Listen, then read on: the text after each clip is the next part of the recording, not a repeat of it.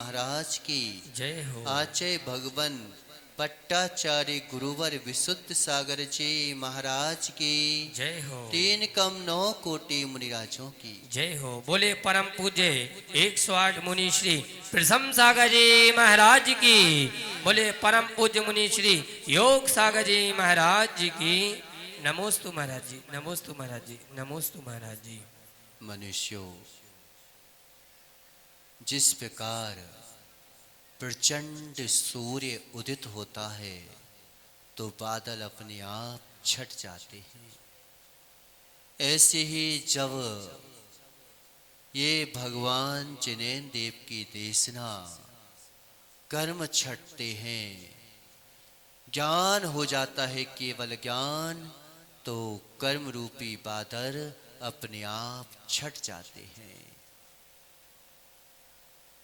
निष्प्रयोजन आयोजन क्या कर रहे हो? क्यों आयोजन कर रहे हो? क्यों कर रहे हो आयोजन? निष्प्रयोजन आयोजन व्यर्थ है। निष्प्रयोजन आयोजन क्यों कर रहे हैं? कि महाराज कर रहे हैं, पता नहीं क्यों कर रहे हैं। ये कर रहे थे, अंकित ने बोला, पंडित जी हरिश्चंद्र जी ने बोला राजेंद्र को कि भाई सिद्ध चक्रमंडल विधान कर लो, तो कर रहे हैं। महाराज आप बोलते हो कर लो, इसलिए कर रहे हैं। पता ही नहीं है क्यों कर रहे हैं। निष्प्रयोजन आयोजन व्यर्थ है। निष्प्रयोजन आयोजन व्यर्थ है। घास भूस के लिए क्या खेतों में बीज डालते हो क्या? घास भूस के लिए तो कोई आवश्यकता नहीं है बीज डालने की, लेकिन आयोजन में प्रयोजन को भूल जाना, ये भी निष्प्रयोजन ही है। कि आयोजन तो कर रहे हैं लेकिन प्रयोजन भूल गए। एक बार क्या हुआ कि राजेंद्र भैया ट्रेन में जा रहे थे, जाते जाते टीटी आया और पूछने लगा टिकट बताओ। अब इन्होंने क्या किया कि पूरे में टिकट देखने लगे, कहीं पैंट में, कहीं जेब में, कहीं हाथ में, कहीं सब जगह।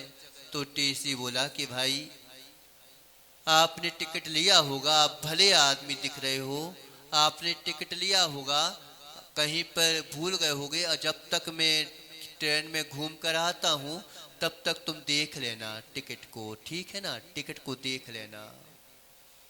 तो ये भैया देखते रहे, पूरा टिकट छान के आ गया टीसी, लेकिन ये तब भी ढूंढ रहे थे कि आखिरकार मेरा टिकट कहाँ गया, आखिरकार मेरा टिकट कहाँ गया, टिकट कहाँ गया।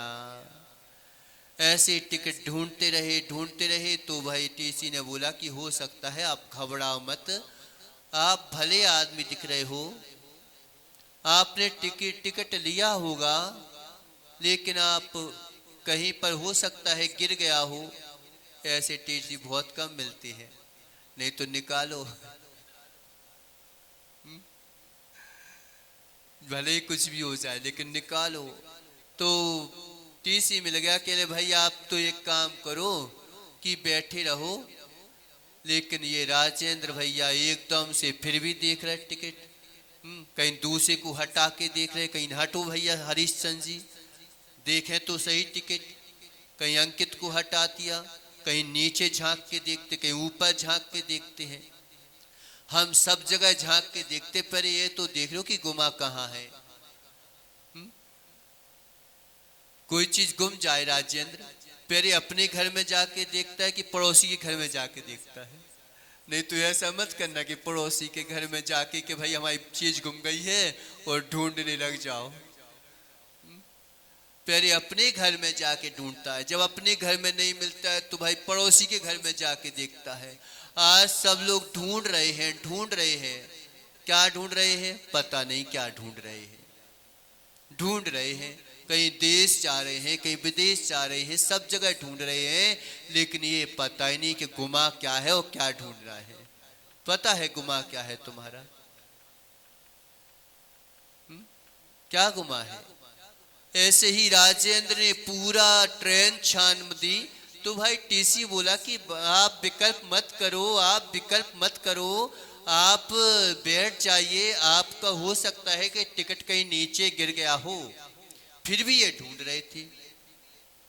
अब क्यों विकल्प हो रहा है हरिश्चंद्र जी इनको? तो टीटी ने बोला कि अब क्यों विकल्प कर रहे हो? तो ये क्या बोलते हैं पता? कि टिकट तो नहीं मिल रहा वो तो ठीक है, लेकिन मुझे जाना कहाँ है? वो तो टिकट पर लिखा था। ऐसे ही हम टिकट से देखते हैं कि हमें जाना कहाँ है। अरे भाई पहले जाने का निर्णय कर लो, लक्ष्य बना लो, फिर बैठ जाओ। तो निष्प्रयोजन आयोजन, और आयोजन में प्रयोजन को भूल जाना ये भी निष्प्रयोजन है।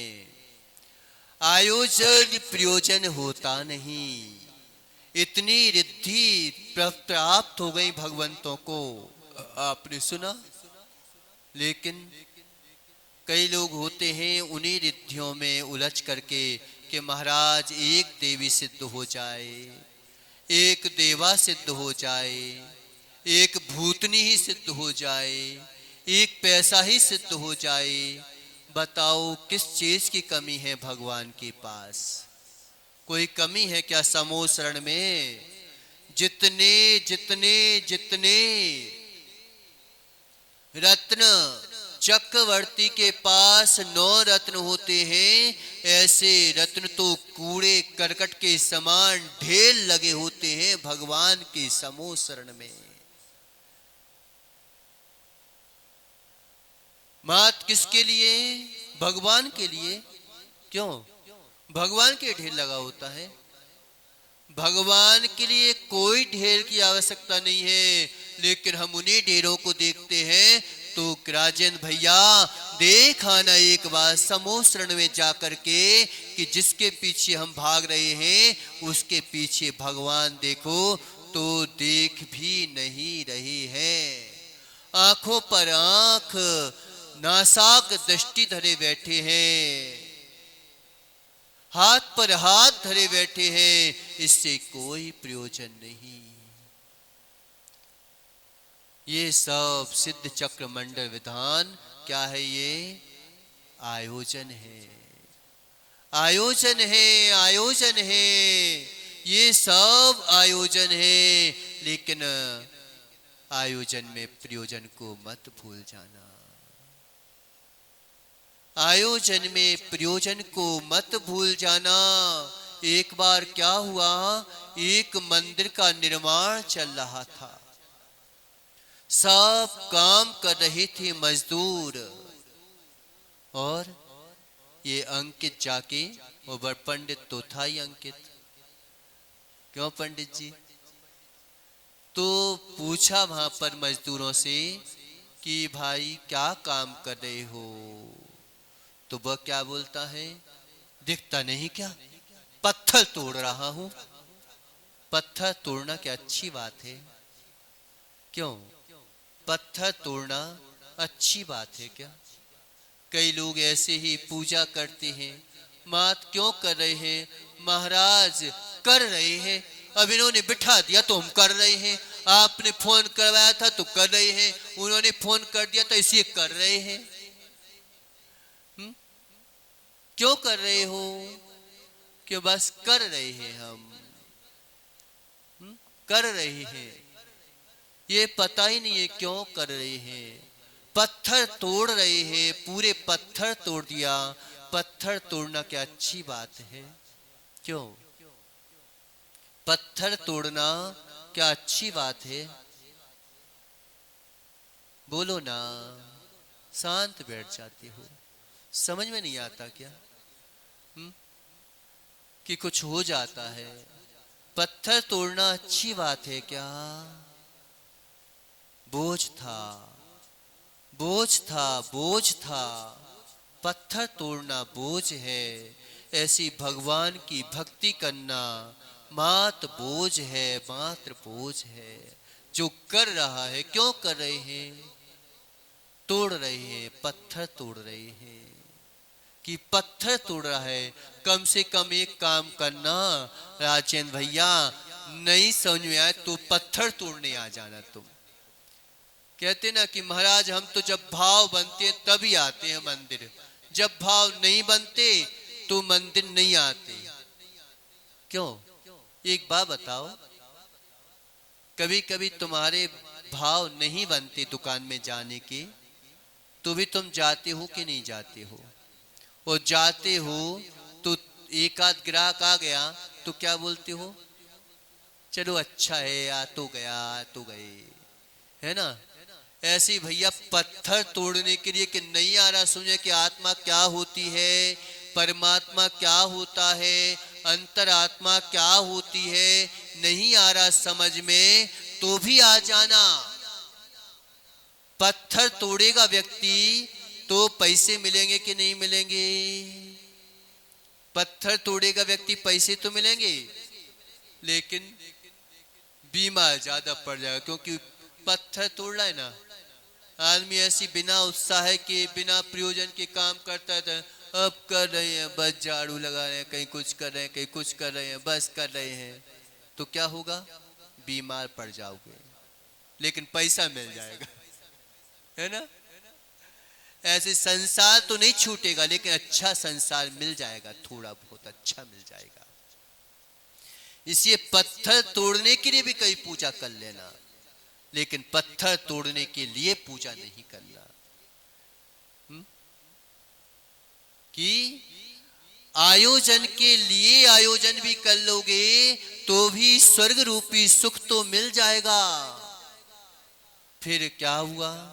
अब हरिश्चंद्र पंडित जी गए और वो चश्मा वाले भैया के पास गए, क्या नाम है, आशीष के पास गए, और क्या बोले कि भाई क्या काम कर रहे हो, क्या काम कर रहे हो आशीष? तो आशीष क्या बोला कि भाई अपना आजीविका कर रहा हूं, घर का पालन पोषण कर रहा हूं, घर का पालन पोषण कर रहा हूं। ऐसे ही कई लोग होते हैं, मंदिर आते हैं कि महाराज जी शादी हो जाएगी, कोई अच्छी धर्मात्मा बेटी मेरे को मिल जाएगी, धर्मात्मा कोई मिल जाएगा, ऐसे लिए इसलिए हम भैया पूजा करने आ जाते हैं, है ना? पूजा करने आ जाते कि नहीं आ जाते? तो पूजा करने आ जाते हैं, आजीविका चला रहे हैं। आनंद तो था लेकिन खुशी नहीं थी, आनंद तो था लेकिन खुशी नहीं थी। आनंद में और खुशी में अंतर है कि प्रमोदित भाव नहीं हो पाता। आनंद हो रहा है कि भाई आजीविका चला रहे हैं, एक तरफ आनंद है, एक तरफ ठीक है, आजीविका करना भी अच्छी बात है, लेकिन आजीविका ही करता है तो कहां आनंद आएगा? तो आयोजन में एक निष्प्रयोजन है, एक आयोजन में आयोजन है कि आयोजन में ही आयोजन कर रहे हैं, बस धर्म के लिए तो कर रहे हैं, लेकिन धर्म का स्वरूप नहीं पता, आजीविका चला रहे हैं, आजीविका चला रहे हैं। ऐसे ही तीसरे पास गए हरिश्चंद्र जी और बोले कि भाई क्या काम कर रहे हो? तीसरा व्यक्ति क्या बोला? राजेंद्र क्या काम कर रहे हो?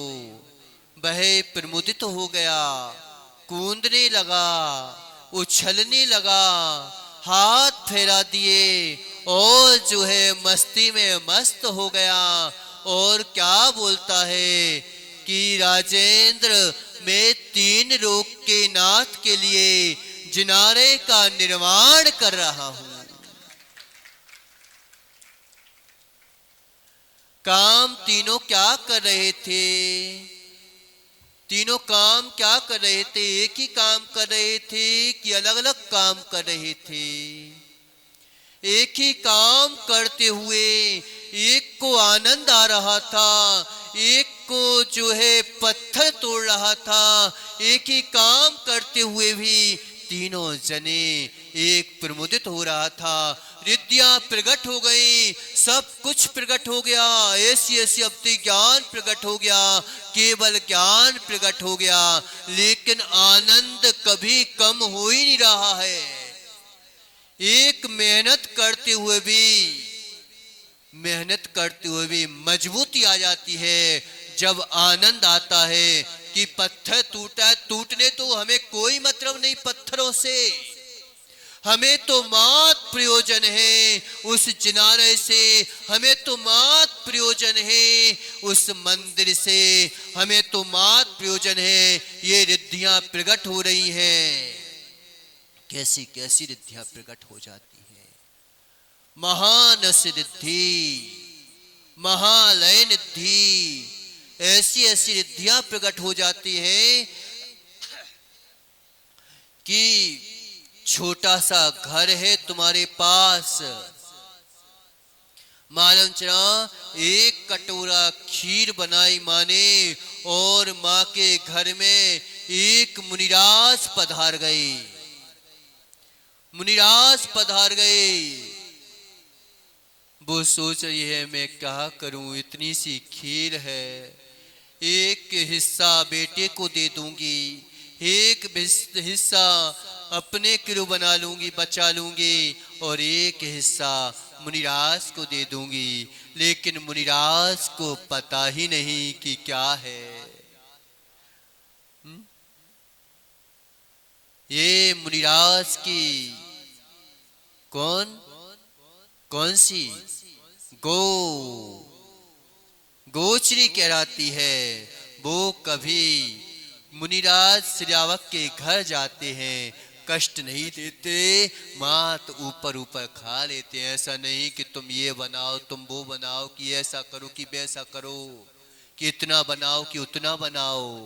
ये मुनिराज ऐसा नहीं करते। लेकिन वो रिद्धिधारी मुनिराज उस माँ के घर चले गए, और घर गए, उन्हें पता ही नहीं था कि कितनी खीर है। उन्होंने जैसे ही एक हिस्सा दिया और खा लिया, दूसरा हिस्सा दिया, सोचा कि चलो मैंने तो राज अवस्था में बहुत खीर खाई है, बहुत खीर खाई है, अब जो है मैं दे दूं। वो भी खा गए, पता ही नहीं चला। लेकिन अब जो है एक ही हिस्सा बचा। आशीष, बेटे के लिए तो खीर बनाई थी, बेटे को ही ना मिले, बताओ क्या होगा। आज तो हमें कष्ट होता है कि सबके लिए कर देते हैं, लेकिन मुनिराज को चौका लगाने के लिए ढूंढना पड़ता है। अपने असाता कर्म से हम द्वेष करते हैं, हम अपने असाता कर्म से द्वेष करते हैं। जो चौका नहीं लगाते वे अपने असाता कर्म से विद्वेषी हैं। क्यों है विद्वेषी? भूत व्रत अनुकंपा दान सराग संयमादि योग छौ स्मृति शद्वेदश्य, कि व्रतियों पर अनुकंपा करना, व्रतियों को दान देना, ये कौन से कर्म का आश्रम है? साता वेदनी कर्म के आश्रम का कारण है। और साता वेदनी कर्म के आश्रम से द्वेष करते हो तुम, क्यों? साता वेदनी कर्म के आश्रम से किस किस को विद्वेष है?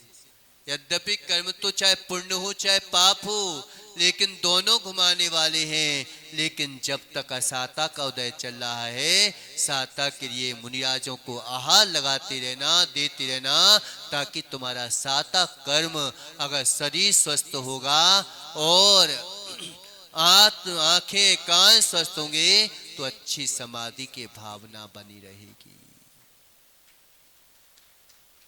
देखो वो एक कटोरा खीर बनाई थी, किसके लिए बनाई थी? मुनिराज को बनाई थी क्या?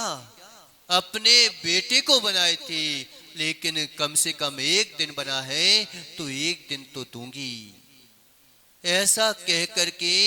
और वो मुनिराज, कहानी नहीं सुना रहा हूं, सबने पढ़ी है, वो मुनिराज आ जाते हैं और जैसे ही आहार देती है माँ, अब बेटा कहता है कि मैं तो खा लूंगा, ये मुनिराज तो उपवास करते हैं, ये मुनिराज तो संयम धारण करते हैं, ये मुनिराज तो तप करते हैं, मैंने पूर्व में कोई ऐसा कर्म किया होगा, कभी इन मुनिराजों की बुराई की होगी, कभी इन मुनिराजों को आहार नहीं दिया होगा, इसलिए आज मेरे घर में आकार पड़ा है, अब मैं ऐसा नहीं करूंगा।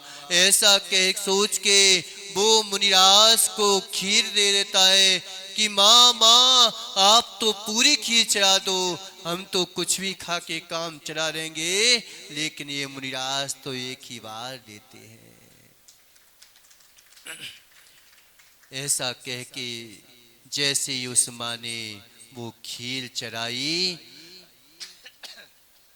और कटोरा रवा रव भर गया। भक्ति का कटोरा भरा होता है, भक्ति का कटोरा मजबूती के साथ भरा होता है तो निश्चित मानो उसके अंदर कभी खाली नहीं जाता, कभी खाली नहीं होता वह घर जिसका भक्ति का कटोरा भरा होता है। इसलिए भक्ति कर ही रहे हो तो निष्प्रयोजन भक्ति नहीं करना, प्रयोजन को भूल के भक्ति नहीं करना, और प्रयोजन को बना करके आयोजन कर लेना, क्योंकि आयोजन के बिना प्रयोजन होता नहीं, लेकिन आयोजन प्रयोजन होता नहीं। पिछी कमंडल से मोक्ष होता नहीं, लेकिन पिछी कमंडल के बिना मोक्ष होता नहीं। देखो इतनी इतनी रिद्धियां कि हम तो घर भर लें, घर मेरा खाली ना हो, साल साल भर का अनाज रखते हैं, लेकिन उन मुनिराजों को ऐसी रिद्धियां फ्री फोपट में मिल जाती है, मिल जाती है। इत महाराज आहार करके चले गए, आशीष महाराज आहार करके चले गए, लेकिन वो कटोरा खाली नहीं हुआ। बेटे को खिला दी, कटोरा खाली नहीं हुआ। अपन ने खाली, कटोरा खाली नहीं हुआ। आस पड़ोस को खिला दिया, कटोरा खाली नहीं हुआ।